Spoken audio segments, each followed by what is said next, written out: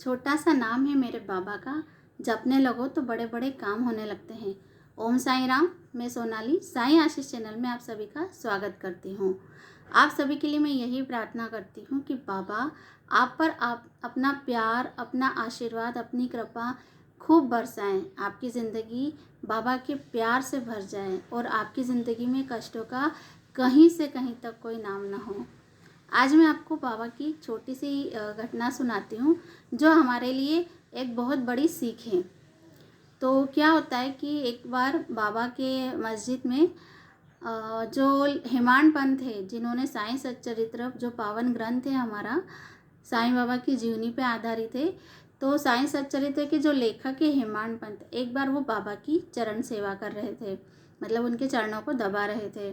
तो उनकी जो कोट की बाँह थी उसमें से कुछ चने निकल के गिरे और सब आसपास जो भी लोग थे वो सब देखने लग गए कि चने कहाँ से आ गए, चने कहाँ से आ गए। तो बाबा तो हमारे मजाकिया हैं, बाबा मजाक तो बहुत करते हैं। तो बाबा ने बोला कि अरे आज तो रविवार का दिन है और ये अण्णा साहब बाज़ार से आ रहे होंगे और इन्होंने चने खाते हुए आ रहे हैं, ये इन्हें तो एकांत में खाने की आदत है। तो जो हेमाड पंत थे वो बहुत थोड़े से वो हो गए गुस्सा कि बाबा आप ऐसा क्यों बोल रहे हो, मैं तो कभी भी एकांत में नहीं खाता हूँ। जो मेरे साथ में रहता है सबसे पहले मैं उन्हें ही उनका हिस्सा देता हूँ, उसके बाद ही मैं खाता हूँ। तो बाबा क्या बोले, बाबा ने कहा कि ठीक है, तुम जो तुम्हारे पास रहता है उसको तुम उसका हिस्सा दे देते हो, लेकिन अगर तुम्हारे पास कोई नहीं रहता तब तुम क्या करते हो? क्या तुम कभी मेरी याद करते हो? क्या मैं हमेशा तुम्हारे साथ में नहीं हूँ? ऐसा उन्होंने कहा। और इस बात को कह के उन्होंने हम सब के लिए बहुत बड़ी सीख दी है कि हमें किसी भी चीज़ का उपभोग करने के पहले उसे साईं बाबा के चरणों में अर्पित करना चाहिए। जब भी हम कुछ खाते हैं तो पहले हमें बाबा को बुलाना चाहिए, बाबा को बोलना चाहिए कि आओ बाबा आप इसे ग्रहण करो, उसके बाद हम ग्रहण करेंगे। आज मुझे साईं बाबा की भक्ति करते हुए 22 साल हो गए हैं, लेकिन साईं बाबा का इतना प्यार है, इतनी कृपा है, वही मैं आप लोगों के साथ बांटना चाहती हूँ, वही अनुभव आप लोगों के साथ शेयर करना चाहती हूँ। आज 20 साल की भक्ति में मैंने यही देखा है कि सिर्फ समर्पण चाहिए, बाबा को कुछ नहीं चाहिए। हम बाबा को क्या दे सकते हैं? ये पूरी सृष्टि बाबा की है। अगर हम बोलते हैं कि आओ बाबा हमारे साथ खाना खा लो, तो ये खाना भी तो उन्होंने दिया है हमें, हम कहाँ से ला रहे हैं? उन्हीं से ला रहे हैं ना। तो एक बात हमेशा आप लोग भी ध्यान रखिए कि जब भी आप खाना बनाते हैं तो सबसे पहले बाबा को भोग लगाइए। भोग लगाने का मतलब ये नहीं है कि खाना बना के रख दिया, लो बाबा भोग लगा लो, नहीं। बाबा ये पूरी सृष्टि आपकी है, आप ही सभी जीवों का उदर पोषण करते हो। हम आपका दिया हुआ खा रहे हैं बाबा, आपका दिया हुआ आपको अर्पित कर रहे हैं, लेकिन बाबा इसमें जो प्यार है वो मेरा है, इसमें जो भाव है वो मेरा है। हम आपको केवल भाव दे सकते हैं, आपको केवल हमारा प्यार और समर्पण दे सकते हैं, बाकी तो सब कुछ आपका ही है बाबा। हम अगर आपकी सृष्टि में से एक फूल भी आपको तोड़ के आपको चढ़ाते हैं तो वो भी तो आपका है ना, हमारा क्या है? हमारे तो सिर्फ उसके पीछे के भाव है। तो भाव बाबा को अर्पित कीजिए। मेरे यहाँ का अगर मैं अपना एक्सपीरियंस बताऊँ तो मेरे यहाँ पे सुबह की पहली चाय भी बाबा को पहले अर्पित की जाती है। हम लोग बाबा को चाय देते हैं, उसके बाद ही हम ग्रहण करते हैं। फिर उसके बाद नाश्ता खाना जो भी बनता है वो पहले बाबा को अर्पित किया जाता है, उसके बाद हम ग्रहण करते हैं।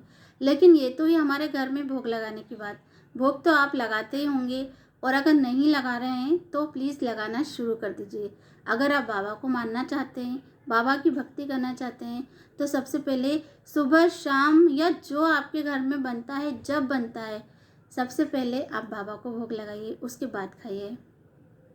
अरे बाबा का दिया वही तो खा रहे हैं हम लोग, तो बाबा को तो लगाना बनता ही है ना। तो बाबा को भोग लगाएंगे। अगर हम कहीं बाहर भी खाने जा रहे हैं, मान लीजिए हम किसी पार्टी में गए या कहीं बाहर कुछ खाने गए, तो वहाँ भी हमको बाबा को बुलाना है कि आओ बाबा हमारे साथ आइसक्रीम खा लो, आओ बाबा हमारे साथ पानी बताशे खा लो, हम जो खा रहे हैं हमें वो खिलाना है। और भोग से रिलेटेड भी मेरे पास 2-3 बाबा ने मुझे इतने एक्सपीरियंस दिए हैं कि सच में बाबा ने मेरे द्वारा लगाया हुआ भोग खाया है, वो मैं आपको अगले वीडियो में बताऊंगी।